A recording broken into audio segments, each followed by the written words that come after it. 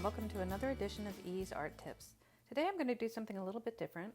I'm starting out with a card that I already did the drawing and I already did the inking. I've shown you how I do that on other demos, so hopefully you're caught up with me there. So I'm just going to dive into painting. So here I'm using watercolors, but I'm using a very wet method. So I go into each shape and I put in just regular clean white water before I go in with any paint. So when I do go in with the paint, I'm kind of dabbing it into the wet spots. What that does is it lets it pool and create interesting shapes and different, if you want to put in different colors. In this case, it's creating a bit of a texture, which these are fuzzy bears, so it's creating a bit of a fuzzy bear kind of look, which is what I wanted to go for. So the card that I'm creating is a thank you card. So I'm a teacher, you might know that already. And we had to move online because of COVID. And one of the people who has been a tremendous help to me getting set up for this has been one of the IT people at Winthrop University. She has been my backbone, and if it wasn't for her, honestly, I think I'd be drowning. Now, I'm pretty tech savvy. Maybe I hope that shows. But you know, I know just enough to be really dangerous, and she really, really helped me out so much, and really taught me the more specialized bits and pieces of the tech that I was needing to use. So I leaned on her so heavily. I had to do something to say thank you, and there's nothing I think that says thank you like spending some time, spending time into something creative to actually show somebody your gratitude. So that's why I thought some hugging bears for fall might be a nice thing to do for her.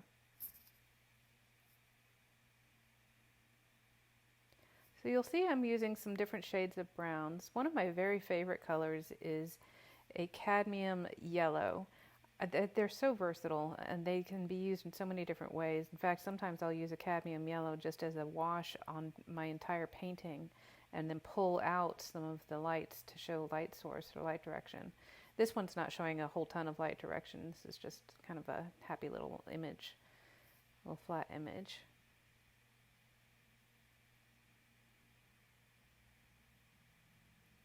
I'm speeding this up. Obviously, this takes a lot longer. This video is about 20 minutes long. It took me about an hour to do the painting on this one. It probably took me another 15 minutes or so to do the drawing as well. I also, I keep a sketchbook and I'll do the drawings in the sketchbook.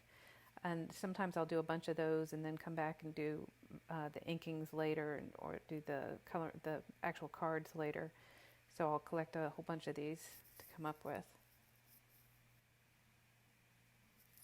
The paintbrush that I'm using is a water brush. You can buy these. You can see the water that's in the handle of the brush right there. So you just fill it up, and they last a surprisingly long time. You would think you'd be filling it up all the time, but no, they last in several sittings actually.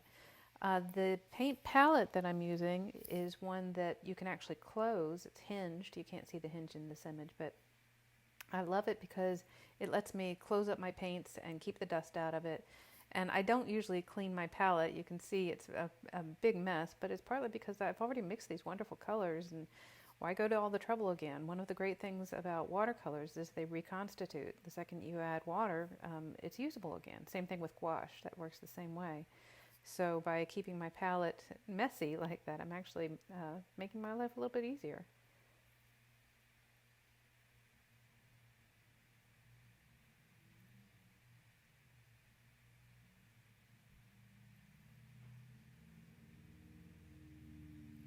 Here you'll see I really am starting to use this wet method that I was just talking about. So I'm just going in with the clear water right now. I'm getting that canvas really wet, canvas being a cardstock.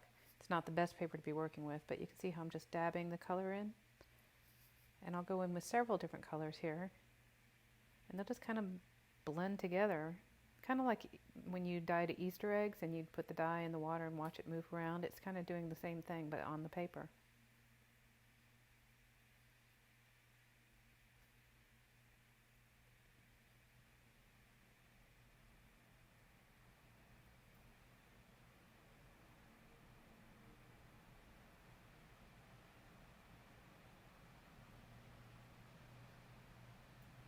So I am trying to apply a little bit of light direction by putting some shadow underneath their feet. But high contrast would imply a stronger light direction, which I'm not using in this particular image.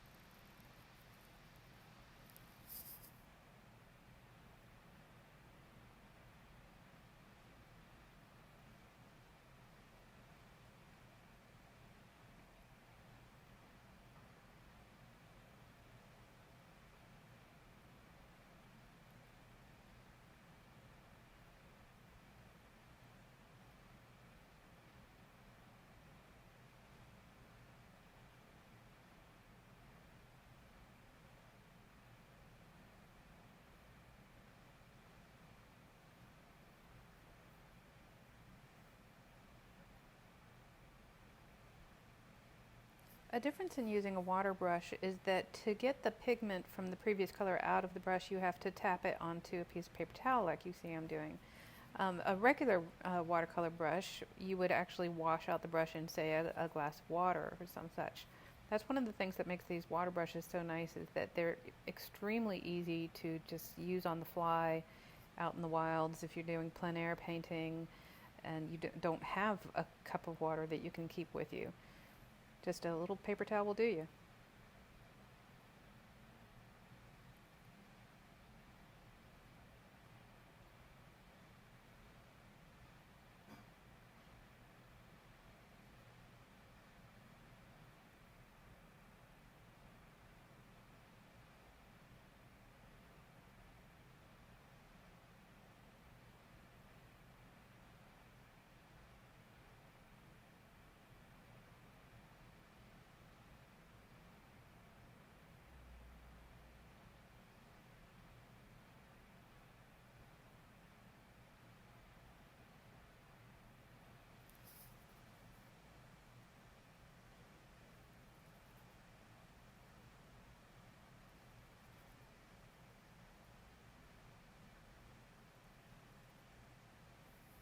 One of the things you might notice that I'm doing is using the same colors over and over again throughout the canvas. What that does is it creates a sense of continuity in a piece. If all of the colors are extremely different from each other, it kind of ends up looking a bit like fruit salad, which to me is not terribly appealing. It might be tasty, but it doesn't make for great art. You want things to look like they all are part of the same composition.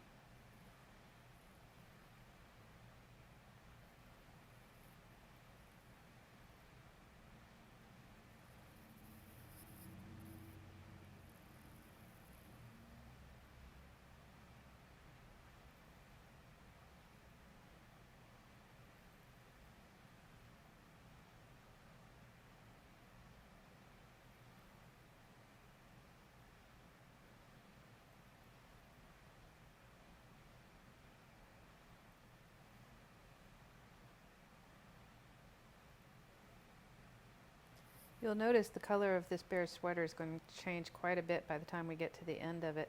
Part of the reason is the color that I've chosen here is actually a cool purple, which doesn't really go with everything else because I've used a very warm palette here. So here I'm already starting to pull in some of the dark reds to warm up the palette, to warm up that purple, to make it look like it goes with the composition a little bit more.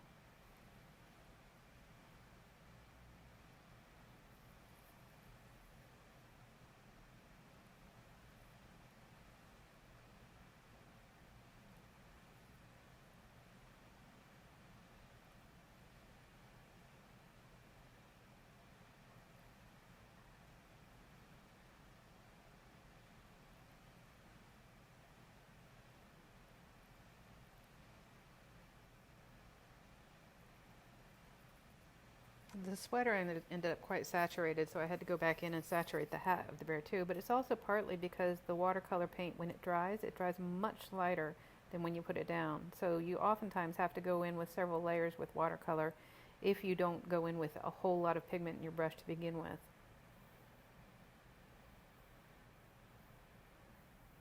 I'm also choosing colors that contrast with the tone of the bears.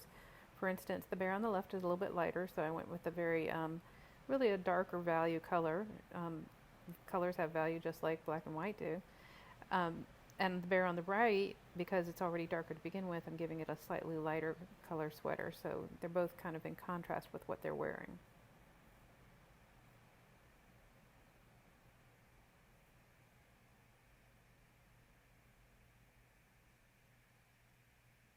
Since the yellow stripes, since there are yellow stripes on the bear on the right, I'm giving it a little bit of shadow by adding a little bit of orange along the base of those scars as they fly out. Now I used, for their noses, I never use black. I don't even keep black on my palette. I'll usually do a mix of an indigo and a brown. It makes for a much richer, deep color that's blackish rather than solid black. To me, a black is almost like cheating. It's also very flat. It's just loses its depth. So by combining an indigo and a brown, you can get a much more interesting color.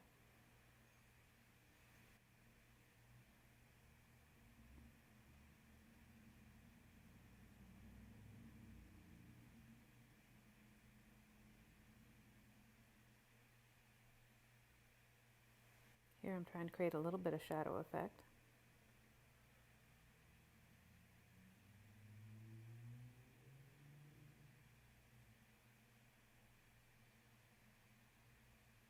Now the shadow under the yellow rim here is going to be very important because sadly the yellow and that brown are really close in value.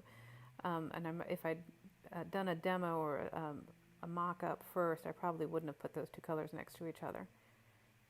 But that's the finish, at least for the watercolor. Now I'm going to get out my colored pencils and add a few little details. So I had to wait for the image to dry. I have a huge collection of colored pencils that I've been collecting for 20 years, so it's worth a lot of money there. Some of those colored pencils, Prismacolor doesn't even make those colors anymore, so there's a few in there that are probably worth a good amount of money. Maybe I shouldn't have said that.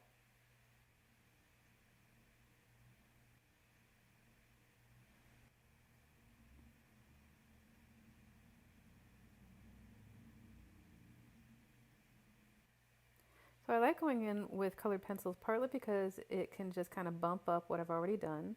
And also, it gives the piece a little bit of a mixed media feel.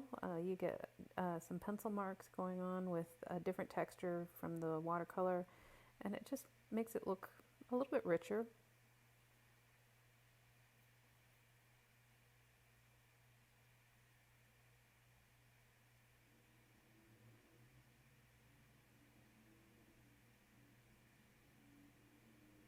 You'll see I'm adding orange on top of yellow because a darker shade of yellow is an orange. You don't add black. That wouldn't work. That would make it very muddy.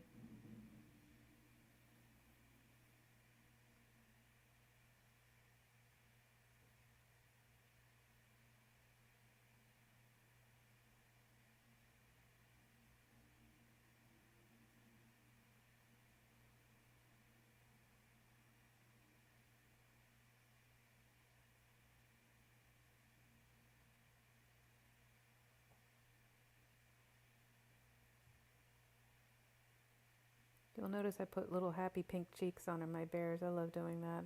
I don't know why. Happy pink cheeks. They make me happy too.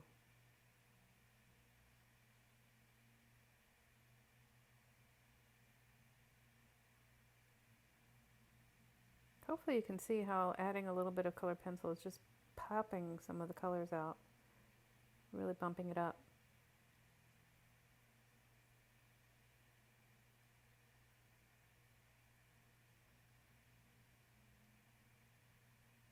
If you're like me, you can really get lost in working like this.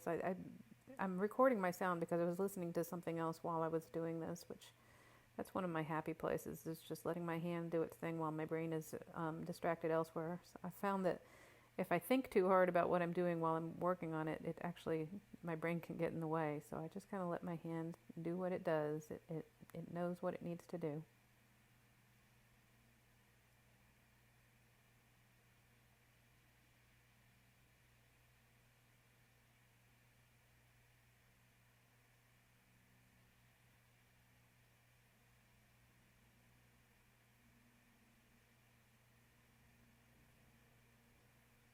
Now this method of colored pencil on top of another media, this is a method a lot of colored pencil artists use, because one of the hardest things to fight when you're working with colored pencils is the white tooth of that paper. Especially if it's a textured paper, you're probably going to have a lot of white coming through because the colored pencil just can't get down into the depths of the tooth of the paper, which can mean that there is a lot of white showing through, which frankly is one of those red flags of something looking very amateur. So a lot of colored pencil artists will first put down some kind of wash of color. Now, when I was first starting to use colored pencil, I used markers, which worked really well and it was very fast. However, markers will fade over time, so my art from that period, a lot of it doesn't look as good as it did when I first created it. So watercolor, acrylic, that kind of thing, gouache even, those are better selections to go underneath colored pencil.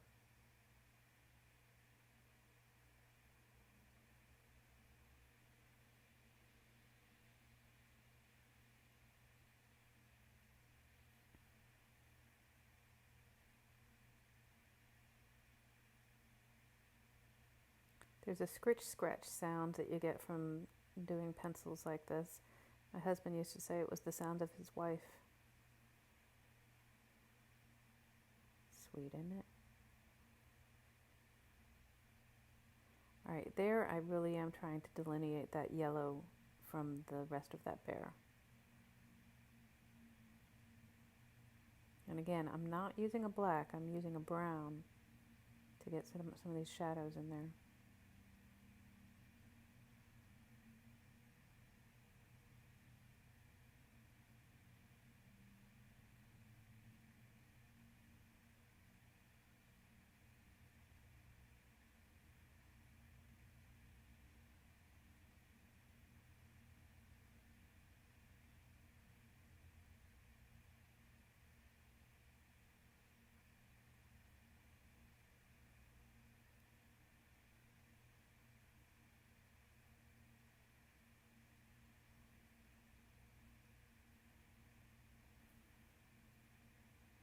You'll notice to the right there that kind of cream colored thing that's at an angle. That is the dip pen that I use to do the ink here. So that's another Ease Art Tips. Thanks for stopping by. I hope you enjoy.